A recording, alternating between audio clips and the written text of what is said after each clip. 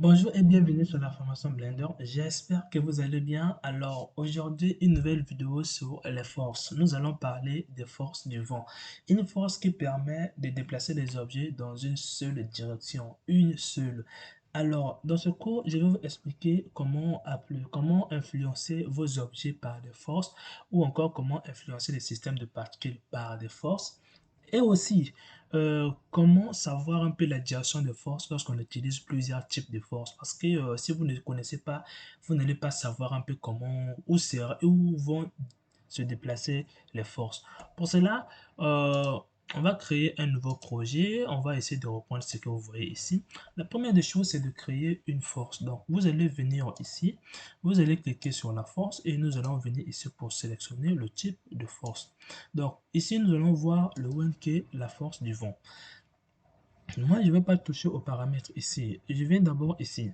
Quand vous cochez, par exemple, wireframe, bon, je vais mettre transparence, je préfère ici. Donc, quand vous cochez la transparence ici, vous allez voir ici votre objet qui a bien la force entourée. Maintenant, la flèche qui est là définit la direction où les objets vont se déplacer si ils sont soumis à cette force. Donc, pour cela, on va créer, on va créer un objet ici.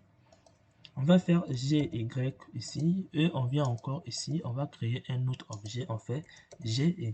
On a deux objets. Comment faire affecter ces objets par cette force? Et moi, vous pouvez le faire avec le soft body, les rigid body ou encore les cloches. Moi, j'utilise simplement les soft body, les objets qui peuvent tomber. Donc, je viens ici. Quand je lance l'animation, les objets tombent. Pourquoi? Parce que la force est vraiment faible. Donc, il faut le augmenter. Si vous augmentez à 1000, vous allez voir que ça va toujours pas affecter parce que c'est toujours faible. Donc, moi, par exemple, personnellement, je vais faire à 2300. À 2300 et vous voyez que ça augmente doucement et ça va même rebondir. Pour l'augmenter de plus en plus, vous pouvez faire à partir de 2500 et là vous allez voir que ça va augmenter. Donc ça c'est juste une valeur si vous voulez changer un peu les déplacements. Maintenant que vous avez compris que comment affecter la force à des objets, nous allons maintenant l'affecter au système de particules. Donc je vais supprimer cet objet, je laisse cet objet. Pour faire le système de particules, vous venez ici, vous cliquez sur Place et vous augmentez au moins la durée de vie qui est le lifetime. Une fois que je les ai fait, je vais diminuer la vitesse, sinon vous allez avoir ceci. Donc je vais diminuer la valeur de la force à 21. Une fois que je mets à 21, vous allez voir que là, quand j'augmente, ça varie. Donc moi, je vais laisser à peu près comme ça. Quand j'augmente les particules comme vous le voyez. Maintenant, moi, je veux pas que mon objet puisse tomber. À cela, euh, je vais enlever le rigid body que j'avais donné. Donc, j'enlève le système ne tombe plus. Et maintenant, si je vais le ralentir, vous pouvez venir dans le flux. Ici, vous allez ralentir vos particules, comme vous le voyez bien. Donc, ici, en faisant varier, vous allez le ralentir. Maintenant, pour des gens qui veulent comprendre tous ces paramètres, je vous mets le lien en description. C'est la première vidéo auquel j'expliquais tous ces paramètres. Le reste des vidéos, je ne vais pas expliquer. Je vais juste vous montrer comment utiliser ces forces. Maintenant, une fois que vous avez compris, on peut maintenant tourner notre objet. Les particules vont toujours suivre la direction de notre objet qui est là. Donc, je vais diminuer un peu le flux pour que ça va un peu vite. Une fois que je lance, vous allez voir que les particules vont toujours suivre de, la direction de ma force. Et maintenant que vous avez compris ici, nous allons maintenant passer à la deuxième partie qui concerne l'utilisation de plusieurs forces. Bon, moi, je vais me limiter à deux forces. Donc, je vais faire mon tout possible de vous expliquer comment savoir ceci. Donc, comme je fais par exemple Shift 2, je copie.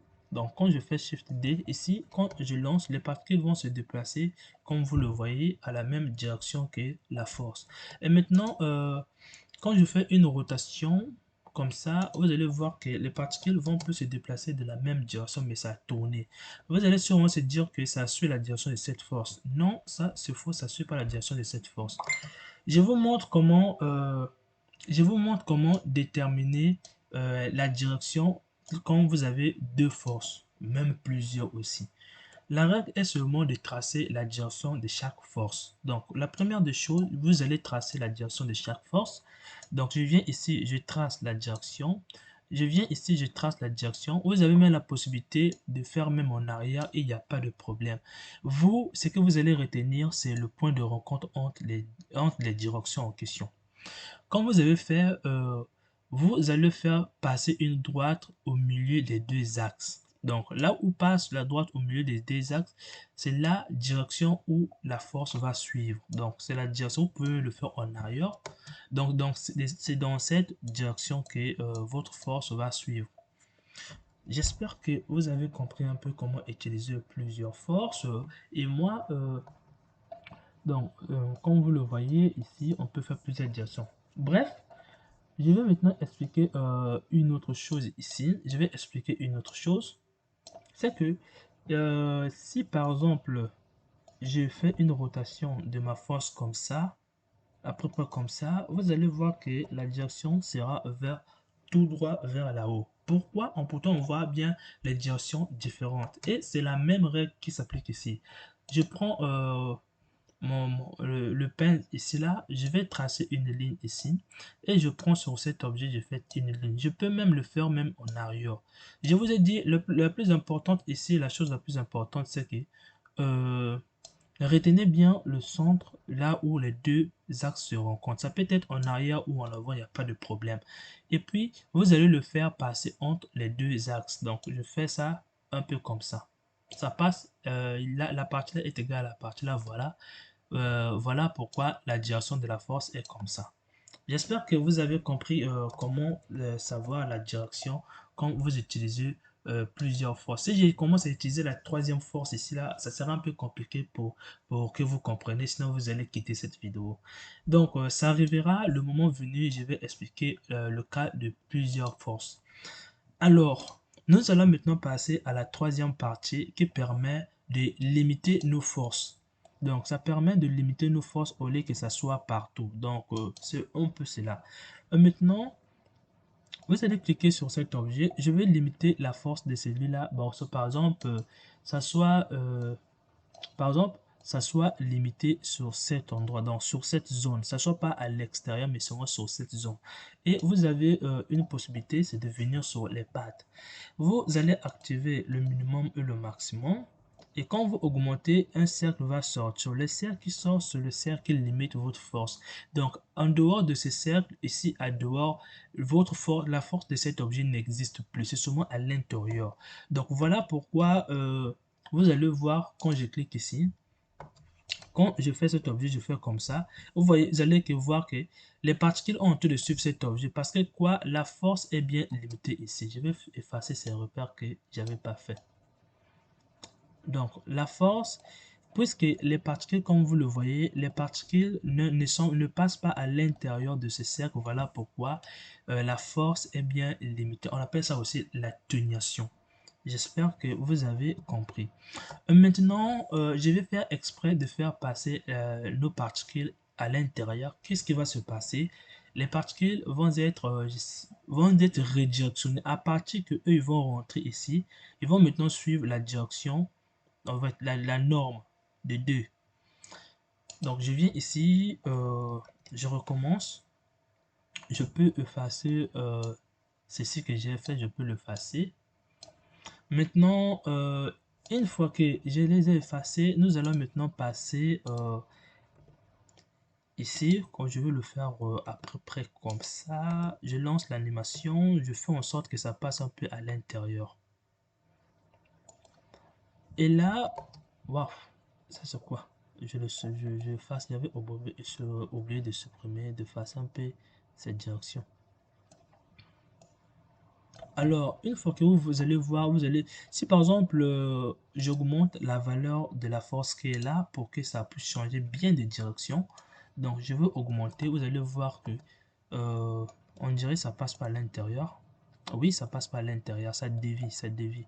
Or, moi, je veux que ça passe à l'intérieur. Donc, ici, je viens dans cette direction.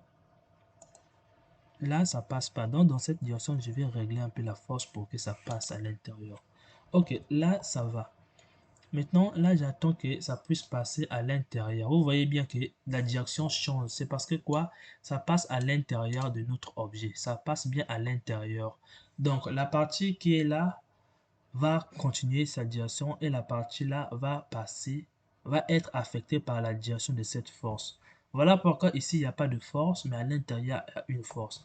Et vous avez encore une autre possibilité, c'est que si j'augmente ici, c'est que vous avez la force à l'intérieur entre les deux cercles. C'est là où il y aura une force. Ici, aucun objet peut rentrer parce qu'il y a une grosse force qui est là. Donc ici, il n'y a rien. Ici, c'est l'inverse, c'est la plus grosse. Et ici, c'est votre propre force. Donc, quand je fais ici, vous voyez bien que ça rentre à l'intérieur. C'est parce que quoi, votre force attire. C'est parce que quoi, vous voyez bien la direction de votre force. Donc, moi, si par exemple, je repousse ici, en repoussant ici, c'est là où vous allez avoir un peu de belles effets. Donc, comme vous voyez ici, ça ne peut même pas rentrer à l'intérieur de ce petit cercle. Donc, quand ça vient ici, ça repousse. Et là, vous pouvez régler un peu la hauteur ici. Donc, quand vous faites ici, vous allez écarter. Donc, là, ce 1. Quand ce 1, ça va vraiment toucher le cercle. Ça va vraiment toucher le cercle. Mais quand vous le ramenez vers 0, donc le power, je dis bien le power ici. Quand vous le ramenez vers 0, ça ne va pas toucher le cercle. Comme vous le voyez ici, ça ne va pas toucher. Au fur et à mesure que je peux augmenter encore cette valeur ici, comme vous le voyez, je peux encore l'augmenter ici. Donc, j'espère que vous avez compris comment utiliser plusieurs forces. On va maintenant passer à l'utilisation de plusieurs systèmes de particules. Donc, je fais Shift D ici. Comme vous le voyez bien, on a plusieurs systèmes de particules. La seule qui sera euh, là, les deux là suivent la direction d'ici. Donc, j'espère que vous avez compris l'utilisation des forces. Alors, on se retrouve dans la prochaine vidéo auquel je vais vous expliquer les vortex. Donc, la force qui est là. J'espère que cette vidéo vous a plu. Si vous voulez voir les prochaines vidéos, abonnez-vous pour être au courant lorsque je vais publier ces vidéos.